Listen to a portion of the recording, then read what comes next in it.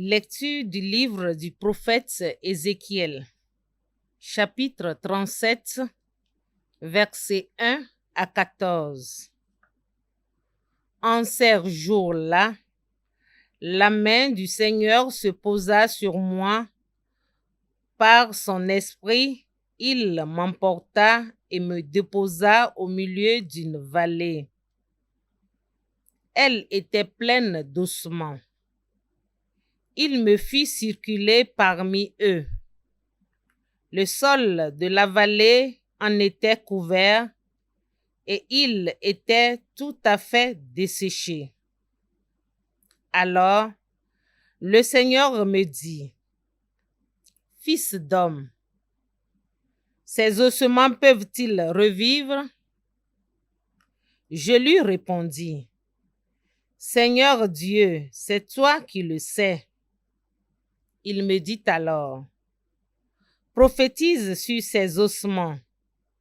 Tu leur diras: Ossements desséchés, écoutez la parole du Seigneur. Ainsi parle le Seigneur Dieu à ces ossements.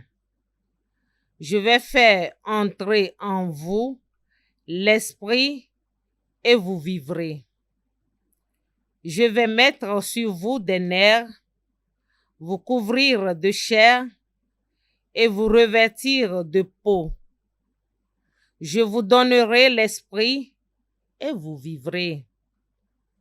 Alors, vous saurez que je suis le Seigneur. Je prophétisai comme j'en avais reçu l'ordre. Pendant que je prophétisais, il y eut un bruit, puis une violente secousse, et les ossements se rapprochèrent les uns des autres. Je vis qu'ils se couvraient de nerfs, la chair repoussait, la peau les recouvrait, mais ils n'y avaient pas d'esprit en eux. Le Seigneur me dit alors: Adresse une prophétie à l'esprit. Prophétise, fils d'homme. Dis à l'esprit: Ainsi parle le Seigneur Dieu. Viens des quatre vents, esprit, souffle sur ces morts et qu'ils vivent. Je prophétisai comme il m'en avait donné l'ordre, et l'esprit entra en eux. Ils revinrent à la vie et ils se dressèrent sur leurs pieds. C'était une armée immense. Puis le Seigneur me dit: Fils d'homme, ces ossements, c'est toute la maison d'Israël. Car ils disent: Nos ossements sont desséchés, notre espérance est détruite, nous sommes perdus. C'est pourquoi prophétise. Tu leur diras: Ainsi parle le Seigneur Dieu. Je vais ouvrir vos tombeaux et je vous en ferai remonter, ô mon peuple, et je vous ramènerai sur la terre d'Israël. Vous saurez que je suis le Seigneur, quand j'ouvrirai vos tombeaux et vous en ferai remonter, ô mon peuple.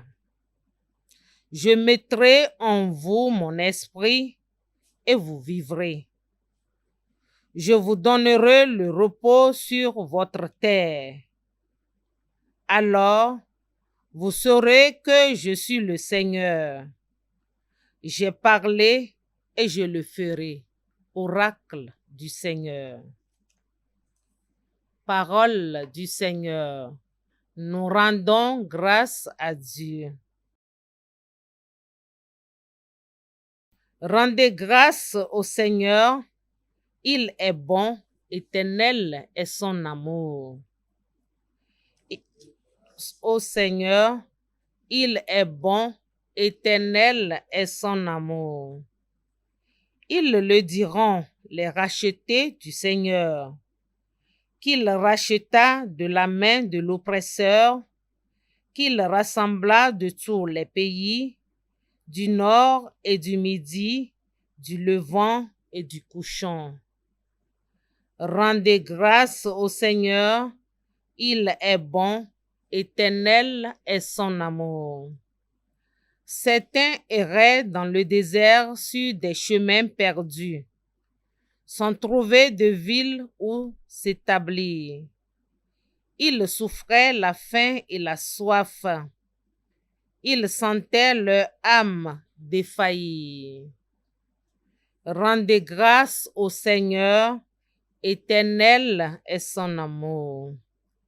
Dans leur angoisse, ils ont crié vers le Seigneur, et lui les a tirés de la détresse.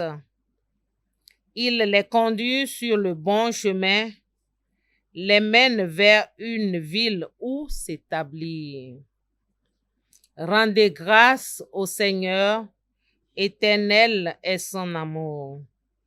Qu'il rende grâce au Seigneur de tout son amour, de ses merveilles pour les hommes, car il étanche leur soif, il comble de bien les affamés. Rendez grâce au Seigneur, il est bon, éternel est son amour. Acclamation de l'Évangile. Fais-moi connaître ta route, mon Dieu. Dirige-moi par ta vérité. Évangile de Jésus-Christ selon saint Matthieu. En ce temps-là, les pharisiens, apprenant que Jésus avait fermé la bouche aux Sadducéens, se réunirent et l'un d'entre eux, un docteur de la loi, posa une question à Jésus pour le mettre à l'épreuve. Maître, dans la loi, quel est le grand commandement? Jésus lui répondit, tu aimeras le Seigneur ton Dieu de tout ton cœur, de toute ton âme et de tout ton esprit. Voilà le premier commandement. Et le second lui est semblable. Tu aimeras ton prochain comme toi-même. De ces deux commandements dépend toute la loi ainsi que les prophètes. Acclamons la parole de Dieu.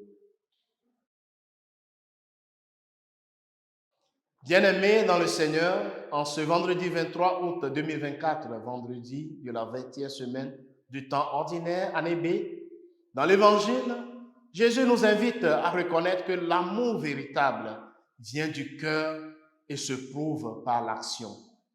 Ce qui importe au Seigneur, c'est que nos actions ne soient pas souillées par l'orgueil, l'égoïsme et la sensualité, mais qu'elles proviennent d'un cœur pur et aimant.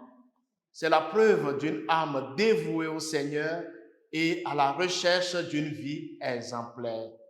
Chers frères et sœurs bien-aimés, ne pas aimer ne peut être un choix pour nous chrétiens. Dieu, notre Père, prend l'amour au sérieux et c'est pourquoi il nous commande d'aimer. Il n'y a pas de plus grand amour au monde que l'amour de Dieu pour les hommes. Ne pas aimer ne fait pas partie du plan de Dieu. Notre vie, notre salut éternel dépendent de notre volonté d'aimer Dieu et notre prochain. Sainte Rose de Lima, priez pour nous. Le Seigneur soit avec vous. Que Dieu Tout-Puissant vous bénisse, le Père et le Fils et le Saint-Esprit. Amen.